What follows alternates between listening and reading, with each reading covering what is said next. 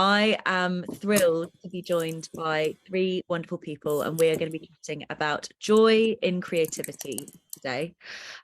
So before we get started, a couple of things. Welcome. This is part of the PAL Digital Festival. There's so much going on with PAL in general, and yeah, there's just loads and loads to enjoy over the next week. And PAL is a charity, so they provide as much free content as possible.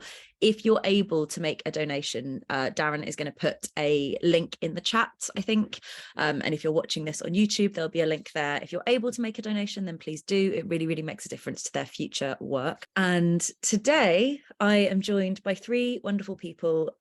So this is all going to be about joy, creativity, music, just loads of exciting, wonderful things. So we have got Francesca Ter-Berg, who is here. Ta-da! Give us a wave, Francesca. Hey. And then Melinda Bronstein and Donna Thompson as well. Would you lovelies like to give us a wave? Yeah. The three of them are performing together at the Turner Contemporary on this Friday, as part of the PAL Festival. Francesca has travelled the world with her music and brings her unique position as a woman in the male-dominated industry. And she's going to be chatting about like tips and advice around joy and creativity and how to survive the gender imbalances in the music industry. First up, Francesca, hello. How are you doing today? Hi, I'm good, thank you. And Donna and Melinda, I would love to just hear a little bit about your kind of background and your music practice, and also how you're doing today. Donna, do you want to start? Can we start with you? Sure, yeah, I'm fine, I'm good. Thanks for having me today. I've been a drummer since I was about 16 years old, and I sing as well, so doing the same thing, both things together, has made me quite a unique performance thing. I don't know, artist. I don't know. And Melinda, how are you doing today, and what kind of where do you sit in the wonderful music world? Well, I've also done a bit of drumming, singing, weirdly. Nice. I have played drums quite a bit in bands, but in a very well, I always say it wasn't very good, but I obviously was in quite a few bands, so I couldn't have been that bad. But one of the late, I was always doing backing vocals anyway, because often being the girl in the band, we know about that, and so I would do backing vocals and stuff. But then when I was doing more a new thing, my own thing a little bit, I was like the main singer, drumming, but bit more wonky kind of stuff. But it's only just recently really that I've found my own solo approach really, which has been hanging around but I hadn't been able to fully do. So this is great. Friday's going to be excellent. I'm very excited. Well, let's start by talking about the gig on Friday, because I'm really curious to know, kind of, Francesca, maybe if we start with you, like, how did this come about, and also what can people expect? Because I feel like it's always nice when something happens in Thanet that gets a little bit of a buzz going, and I've spoken to a few people being like, well, apparently it's like this music gig, but apparently it's done in this really like experimental, non-traditional way. And I want to know what that means and what we can expect. That's really funny.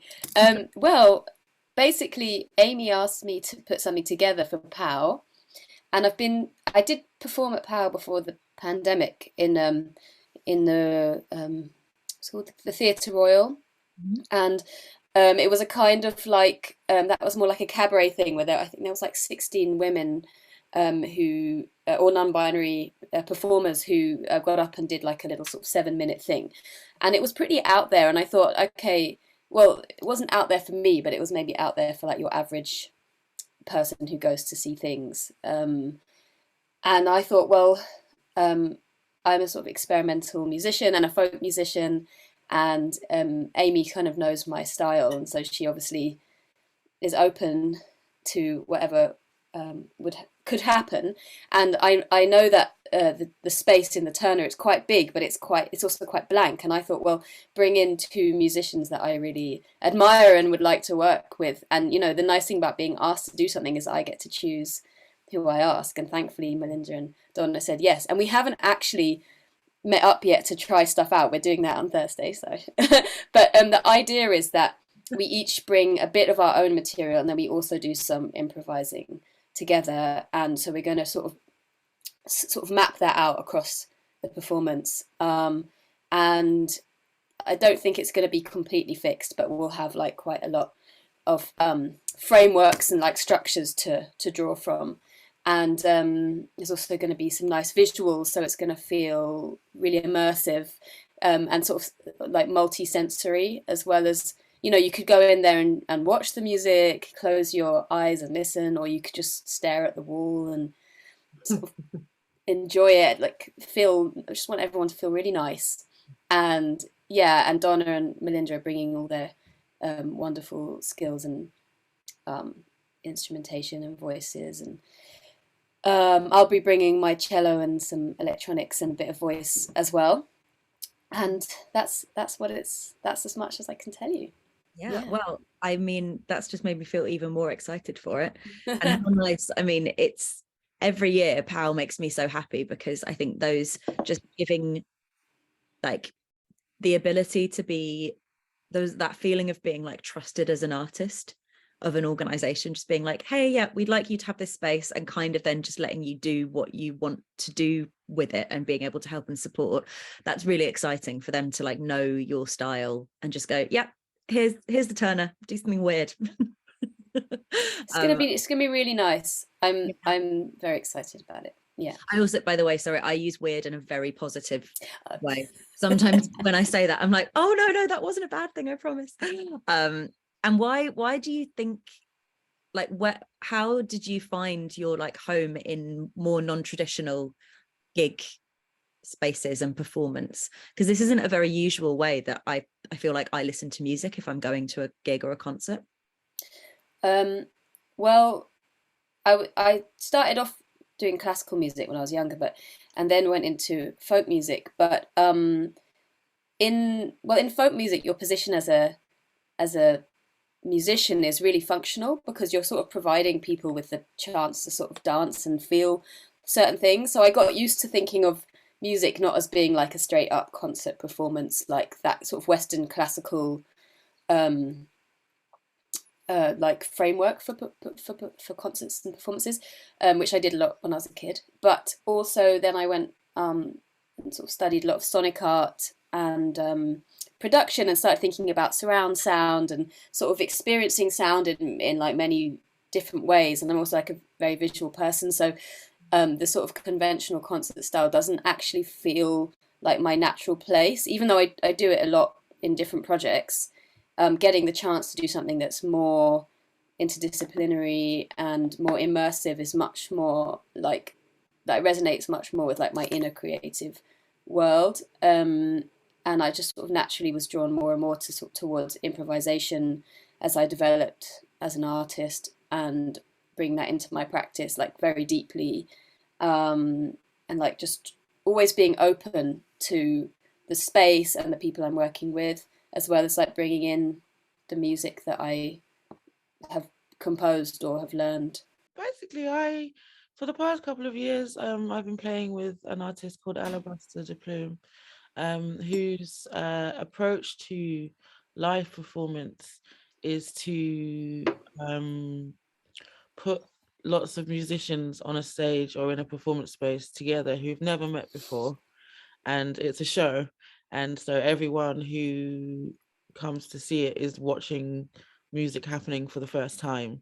And so I've gained a lot of kind of experience kind of playing in different lineups and different bands, and it's really fun. It's really like exciting, because the things that you get out of these, because I don't know, like, you know, when you're on stage and you feel like, oh, there's like an extra level that comes out when it's a performance. Like, you do your rehearsal, you know where everything's going to go through, but for this there's no rehearsal, so it's like that you're relying purely on your gift, your talent. So what comes out in the show is quite something quite magical, because everyone's shining, everyone's doing their thing, and it's really cool, it's really nice, and it's what I'm quite interested to see about on Friday, because obviously I've never met Melinda before, and I've never played with Francesca before,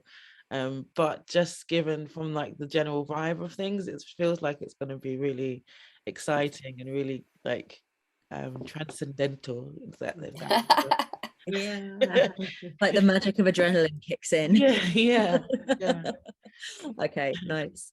Yeah, no, I agree really. I mean, Francesca had asked me, and I didn't really know what it was going to be, but I was like, yeah, sure. You've seen what I've done. I do, so it's accurate.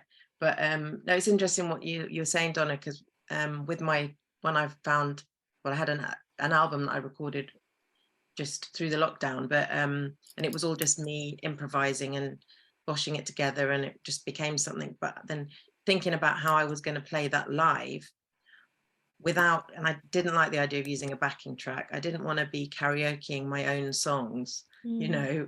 I wanted it to that feeling of when you make music, it's the discovery of things, which is the exciting bit, isn't it? That's the bit which I was like, well, how can I have that live?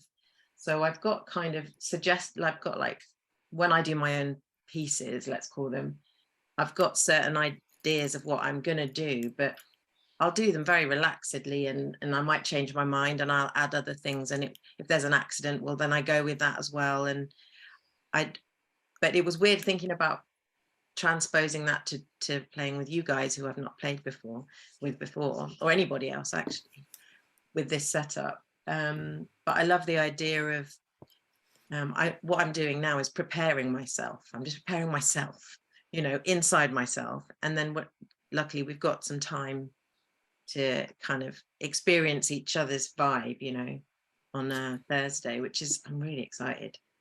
No idea what's going to happen. I just wanted to say as well that I've never been like the kind of musician or artist that's like, this is my music and I want people to come and help me play it on stage. I mean, I do that often for other people, go and like work on their music, do lots of different types of collaborations.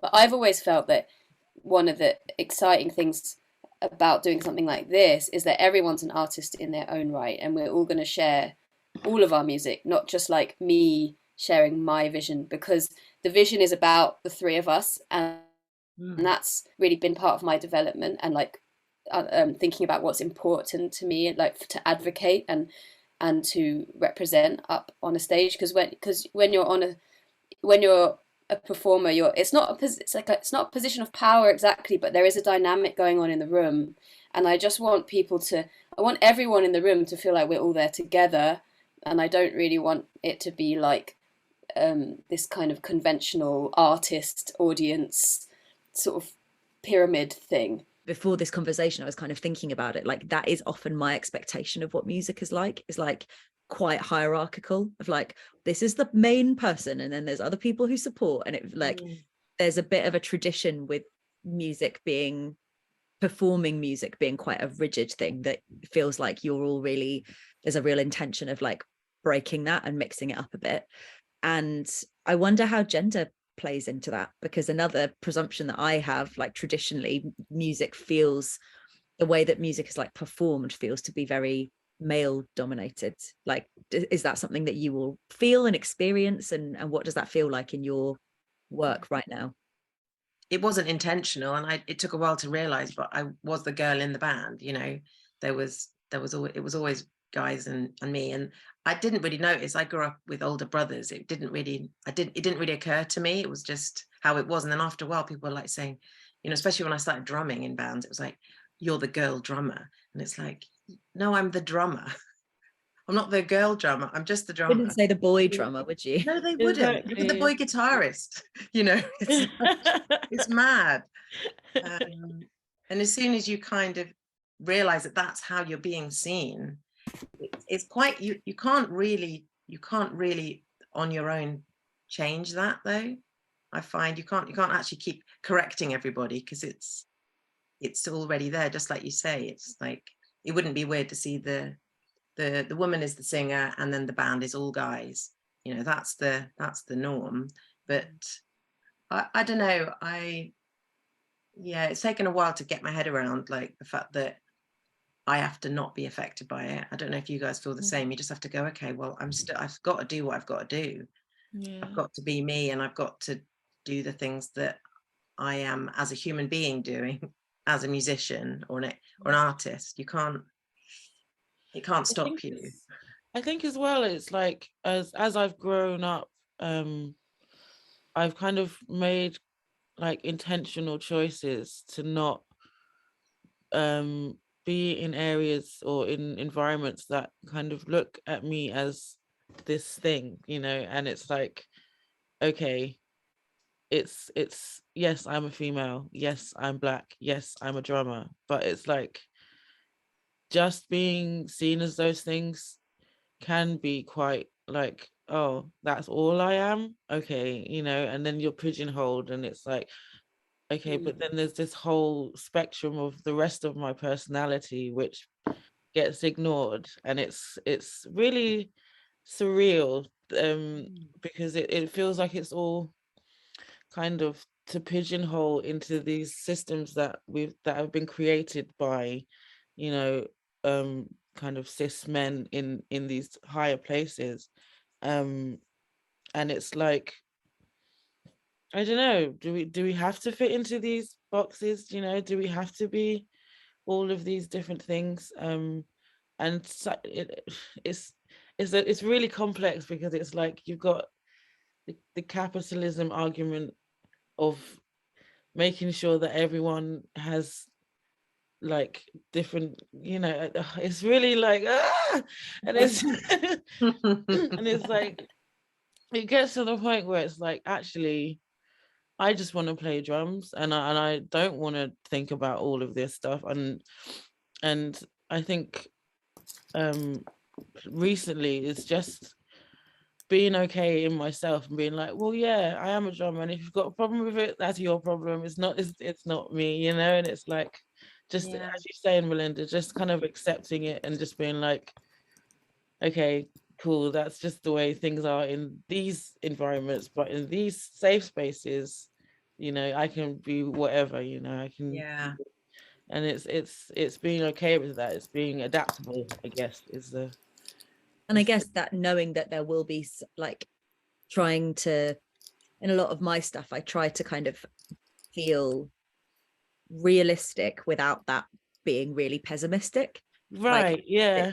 You know, in an ideal world, I'm striving for environments where like me and the other people that I work with feel really supported and genuine and authentic and all those things, but also knowing that there'll be some times when that doesn't happen. And if that's to do a job that's a bit soulless but pays the bills, that's one thing. Also, if it's like, okay, this is someone else's kind of vision or something, and I'm slotting into this in a way that I normally wouldn't, but knowing it takes a little bit of time to like know what environment you're stepping into, and to try and like accept it when it's like, this isn't ideal, but here I am. And it's really like, oh yeah, this one's great.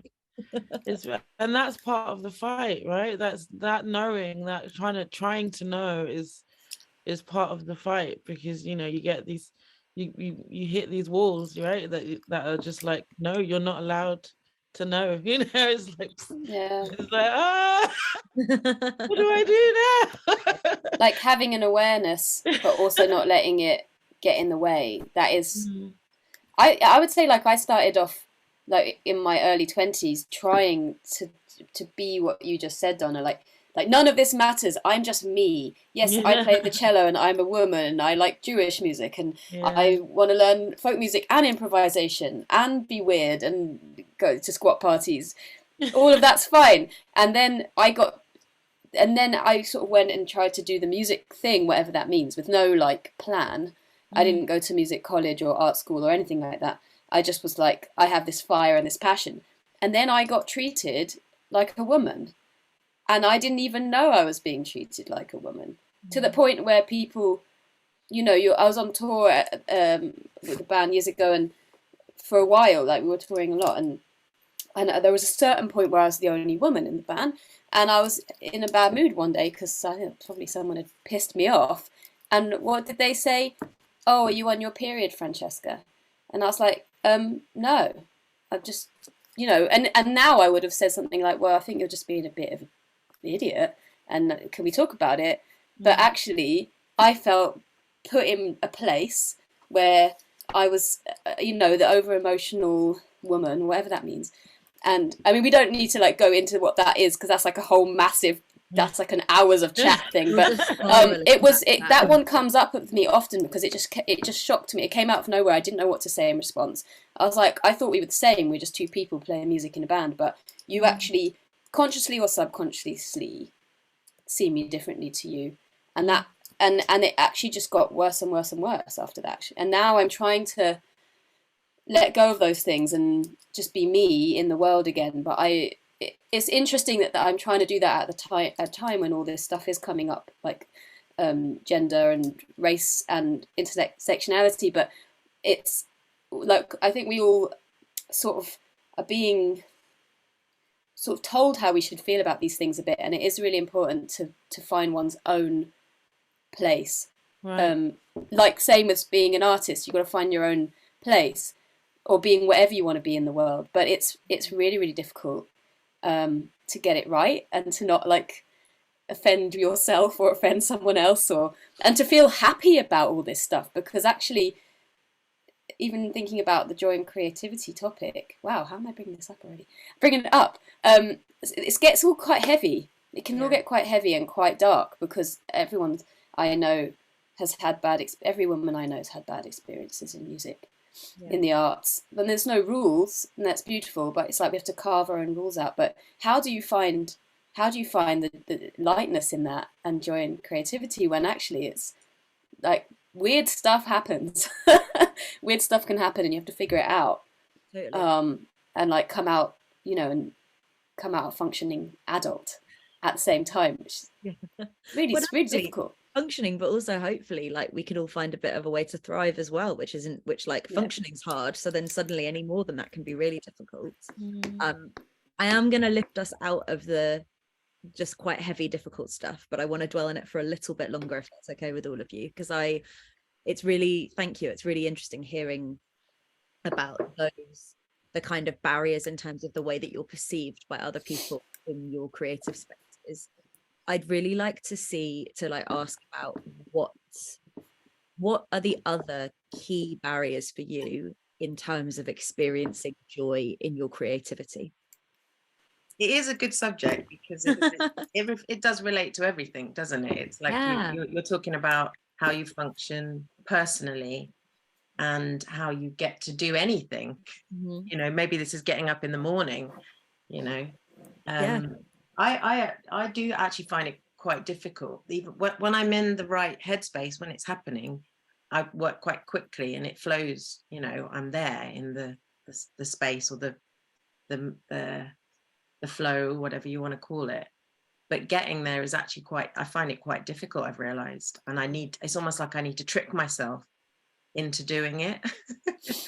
You know, you're like, I knew that about the gig, and I was busy doing other stuff, and I was like, oh, I need to allocate some time to just like, you know, do all the shit stuff, all the stuff that's like not doing it before you get to the doing. But it's also like not beating yourself up at the same time, going, I'm not doing anything, I should be doing things. But actually I'm starting to really understand that very slow, distracted kind of way to get there. And it is slowly, like, the things do fall away, and now I eventually do have all my stuff set up, and I've made some noises over the last couple of days, but like a week's worth of not at all. And also just that it's so punishing. I think everyone does this, but I don't know, I feel like it's particularly prominent with women and non-binary people, of the like, why am I not doing more? Like that, just to meet yourself when it comes to creativity, meeting yourself with a higher expectation always is really unkind and quite relentless. And it's good to acknowledge it, but that doesn't mean I'm any better at not doing it. So thank you for sharing. Donna, Francesca, do you have anything that you'd like to add? Well, time is important. Like what Melinda said, like sort of, I call that faff time. But whatever it is, and it's personal, some people don't need the faff time, but if you need it to get into, like, I need that to get into a hyper focus kind of mode, and then I'm really fast at getting my work done, and that's taken me years to sort of learn about myself. But in everyday life, I find that almost impossible. I'm not very good at compartmentalizing. I try all kinds of ways, and yeah, it's time is something that's really important for artists, and like doing things like residencies has been a way that I've been able to slowly develop certain bits of my music and style over the years. But you need to do a residency, you have to take time off earning money, and you have to carve out time in a sort of freelance world where everything's quite erratic and it's quite hard to plan. And actually all of us have spent time down in Margate working on our stuff with the Pra label. I'm not on the label. I think Donna, you are, aren't you? Yeah. But Stephen, who runs it, has some space and he's really generous. And that's actually how I first came to Margate. And I think Melinda same. And then we both ended up moving there. Yeah. And it's interesting like that.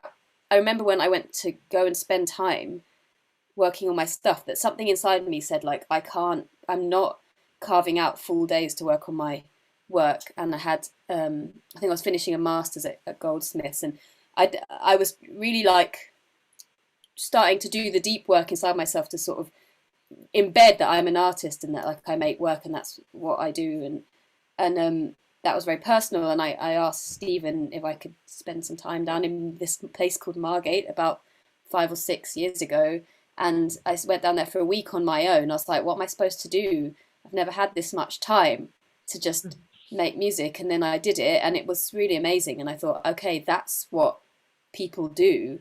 But then I realized, well, I can't really afford to do residencies because I need to earn money. So it's like that. So money does come into it in terms of like stability and feeling like you have some support to do it. And since then I started getting quite good at doing funding applications for like from the Arts Council and stuff. But it's great when you get one, and I've been lucky to get a few, but they don't have enough grants to give to everybody, and it's really difficult to apply for them, like the process. And they've just made it much more focused, like less on like one's own artistic development and more on sort of community. And then they have the Develop Your Creative Practice, which is another type of grant just for artists. But this is all something that's like you have to be able to deal with and be aware of when you're trying to be a musician or an artist out in the world in the UK. And even if you get a grant, you know, that doesn't pay your rent. So then you still have to work. So it's really like a massive balancing act that I find I'm still getting to grips with. I feel positive about it, but I also feel like concerned that as like the world is getting more expensive, there aren't more grants available. Like there's available is what's available, and it's difficult for everybody to sort of like, you have to keep your fire burning, but also like face the realities out there. It's interesting. Yeah, I hear that. It's funny mentioning, I've got a friend of mine who's an artist, is actually staying with Stephen right now, and it's his first time in Margate, and he's kind of having a bit of that experience that you're describing of going, oh wait, what? I just get to like make some things and kind of like give myself enough time to really unwind and be here. And that is not a kind of experience that many people get to have. So I'm really glad that you've all it's nice that there's that connection there and that you've all been able to experience that in different ways. And yeah, time is a big barrier when we're talking about stuff. Donna, do you have anything to add about that? Or it's something totally different? Well, no, as barriers in general, for me, I've recently I've come across some material that's made me think about whether or not I am actually ADHD, which I've started the process of being diagnosed and stuff, but it kind of this whole hyper focus and then the not being in hyper focus is just like this blur of stuff, and you're just like 1 minute you're over here, next minute you're over here. It's just like constantly, and I feel like it can be a barrier sometimes, because when I do want to just sit and work, my brain is like, nope, we got to go to the shop. No, you got to go take the bins out. No, you got, do you know what I mean? It's like, and so it's it can be difficult. But the thing of time and having enough time to plan and to put things in place to know that where I'm going to be, it helps a lot, you know. And also like taking time away from my art, which seems counterintuitive, but it's like if you're spending all your time looking at the same page, you're not going to get any more information from that same page. Do you know what I mean? Like you can read it 10 times, you get 10 times the amount of whatever, but that's all it's going to be. So it's like take out like all the kind of restrictions that you put on yourself, and then say that, oh yeah, I have to do this, I have to be focused on this. Sometimes it's not easy to, you have deadlines and other things that are outside influences that make you have to put work into different timescales. But if you do have the opportunity to take some time away from your art and just actually focus on yourself as a person, and like Francesca was talking about, doing the inner work, and actually like facing yourself as a person and seeing like who that is and what it is you're putting out into the universe, you know. And it's like actually taking it as a mission, like a lifelong mission, to actually be cool with yourself. Like I don't know how many people take the time to actually be nice to themselves, like intentionally. And I use the word intentionality a lot because it's really made an impact on the way that my life is going, because I've been trying to be more intentional with where I direct myself and where I'm spending my time and stuff. So it just feels, there are the barriers of the weird brain, but also it's like I don't know, it's I've got a few more questions that I'd love to ask you all. Maybe let's start with Francesca for this one. I would love if you could share some tips for like how you actually maintain a sustainable like creative career. Like I don't know, it's such a difficult thing to talk about, but all of you are like, you're making music and you're kind of being creative people out in the world. And I think for so many of us, where creativity is something that's very important and close to our hearts, actually trying to make a living out of that can be a real struggle. So if there's just any little, again, like it can be big, small, we don't need to kind of like, we're not here to fix the whole system today. I just want to hear if there's any insights that any of you have that could be useful for people who are watching. I find it really difficult. Yeah. And I think, certainly for me anyway, it's about being a sort of like, not jack of all trades, but like very hireable. multi-hireable, what do you call that? Multi-skilled. I mean, as a cellist, that's attractive to people for sort of recording sessions. So I do recording sessions, and one thing I've learned to do is charge like what I think I should be paid for those. I don't always get it, but like, you know, that people always say have your ideal maximum and your ideal minimum, and if it goes below your minimum, don't do it, because all you're doing is letting other people know that they can get someone to do that job for that price, and then everyone's undercutting each other. That really sucks. People do that a lot because of fear of not getting hired, and I still do it sometimes. It depends on what it is. It depends on how well I know the climate that I'm entering into. Obviously, people do teaching. It's not really for me. I like group workshops and sort of lectures and talks, but I don't usually do one-to-one teaching. But that is if you're into it and you enjoy it, that's a really good way to make some money on the side. Yeah. There's composing.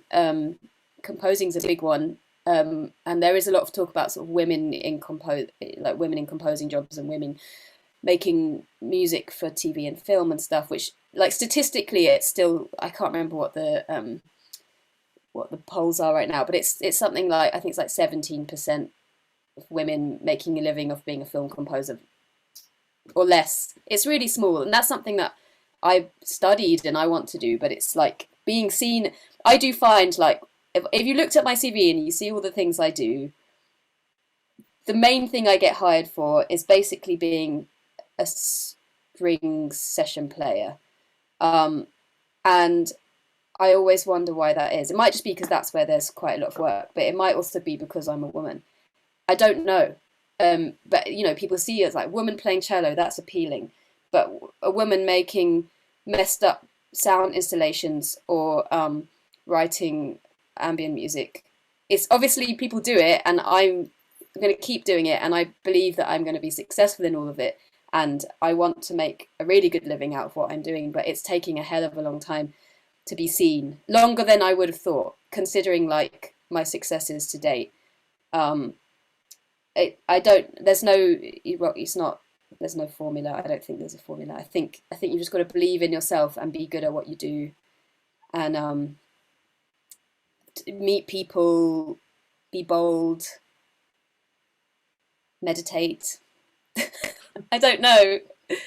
And if you need to get a side job, there is no shame. That's the other thing I was going to say. Some people don't need to. Some people in the arts, let's face it, me and Melinda were talking about this yesterday, they come from more money, and some people come from less money. Or you might come from more money, but you don't have any support. Who knows? People said to me, like, when I was younger, like, it's bold to go into the arts if you don't come from a lot of money. And that might seem a bit like presumptuous or rude or judgmental, but it's not. It's just kind of a fact. Like, life is really expensive, and I'm just starting to sort of get a bit more realistic about this stuff now. It's taken me a really long time to like see what's really going on for me, and I just think if you need to get another job, do it, because if that pays your bills, then you can spend the rest of your time doing your art. Then do it. I think it's a really important thing that I've learned about the job on the side, is to make sure, we'll try and make sure that it doesn't take up too much brain space, but if it does, it's still contributing towards the bigger picture. So like, I teach African drumming like in the weeks to little kids, and it's fun, and you know, it takes up brain space, but I'm getting my chops up, you know, I'm getting more skills, I'm learning different patterns, and do you know what I mean? So it's like, it's cool, and I'm earning at the same time, so it's contributing to the bigger picture. And you know, I think that's important about the side job, especially as you get older. I mean, when I was in uni, I was kind of cool with just kind of doing the coffee shop or the cinema or whatever, and there's nothing wrong with that, especially like when you're younger, in your 20s, you know, a nice bar job, simple, you know. But I think as you get older, you want to spend more of the time of your time doing stuff that you're kind of wanting to do. So if you can, like, try and find your side hustle that kind of contributes to your big picture, your grand scheme, whatever that may be. I totally agree with that, though. I'm just going to say, it's like, I feel like talking about preparing yourself and like getting to the point of being able to do your thing. I feel like I've always had jobs throughout the whole time I've ever done music stuff. It is, you need to take I need to have my head in a different place, you know, because it takes the pressure off of the other place, doesn't it, as well, the good place or the muscle that you want to be working on. And it's nice to have different contexts and interact in different ways. And I don't know, I've never been in a position where I haven't had another job. I feel like it would be too much pressure if I'm like 24 hours forcing myself to like be that thing or that person.